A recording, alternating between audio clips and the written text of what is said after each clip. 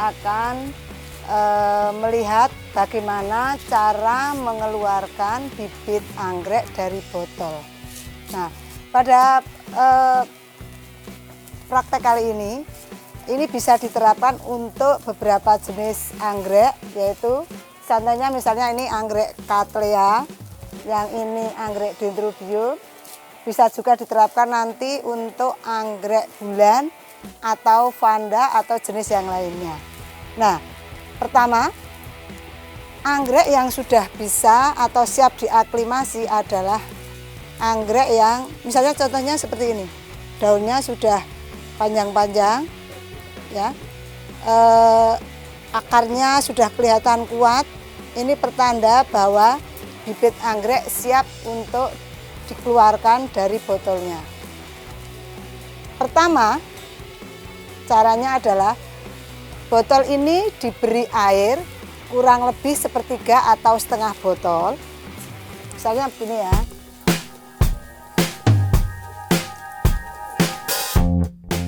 Kemudian dikocok-kocok. Nah, fungsinya untuk apa air ini? Agar gel yang melekat di akarnya bisa bisa dikeluarkan. Nah, memisah dengan akar-akarnya. Nah, baru dengan alat kawat ini bibit dikeluarkan satu persatu. Yang ditarik adalah akarnya, karena kalau daunnya nanti bisa merusak. Perlahan-lahan satu persatu.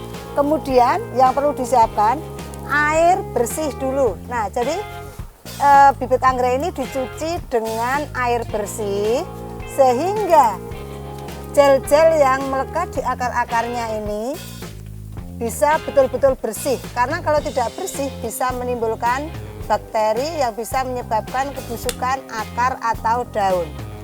Ya, ini sambil menunggu selesainya pengeluaran bibit, kita siapkan media yang kedua atau air yang akan diberi dengan obat jamur atau fungisida.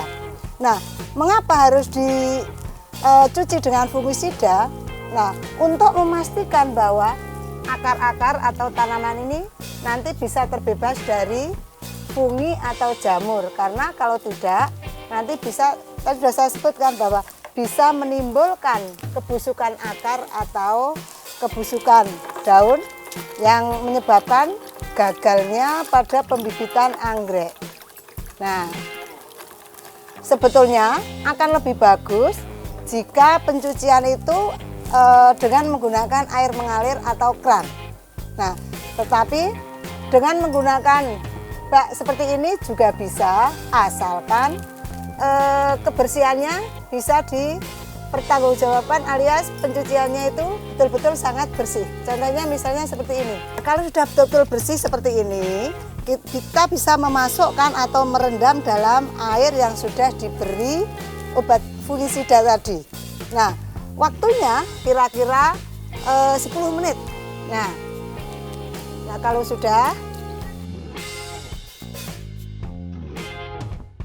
nah ini sudah betul-betul bersih.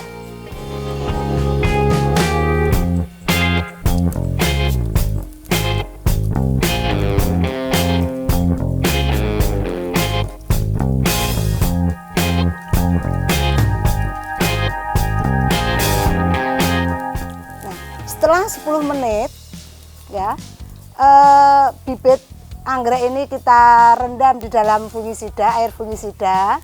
Kemudian sebelum kita kompot atau kita tanam pada media, sebaiknya kita tiriskan dulu di atas koran sehingga bisa kering, biar tidak lembab atau tidak mudah membusuk.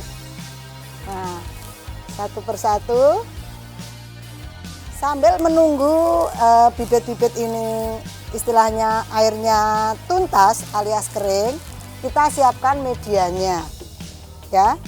Media yang kita butuhkan adalah mos atau akar kadaka. Mengapa akar kadaka?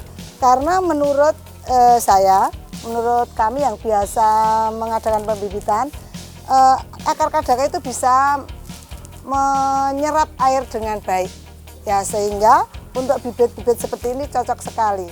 Karena untuk bibit yang baru saja dikeluarkan dari botol itu memang butuh kelembaban media yang cukup tinggi, sehingga tanaman bisa cepat tumbuh ya.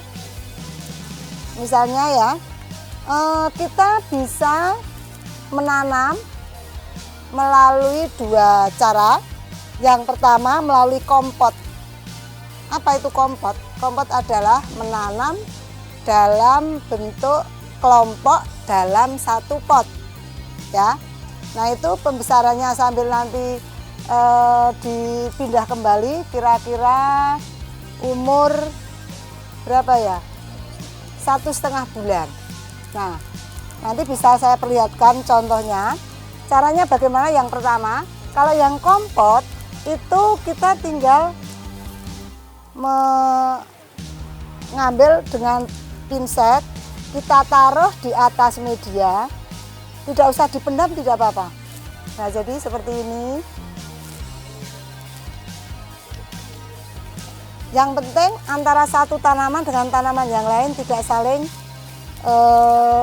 menumpuk atau bersentuhan, agar nanti tumbuhnya bisa sempurna.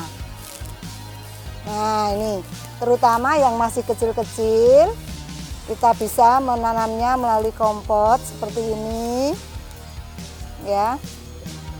Nanti yang besar bisa langsung kita tanam dengan softpot seperti ini.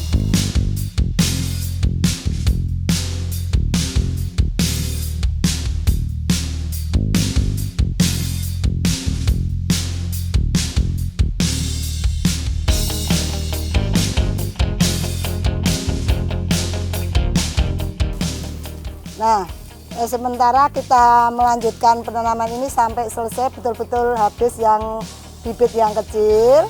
Nanti kita lanjutkan untuk penanaman dengan softpot yang baru dipersiapkan medianya.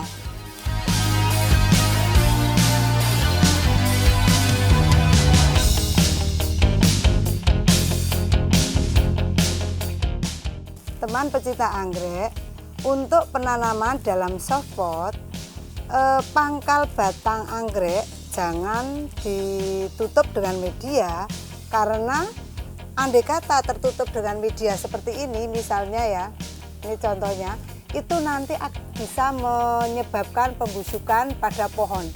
Tetapi yang baik adalah seperti ini. Jadi yang dipendam adalah akarnya saja. Ya.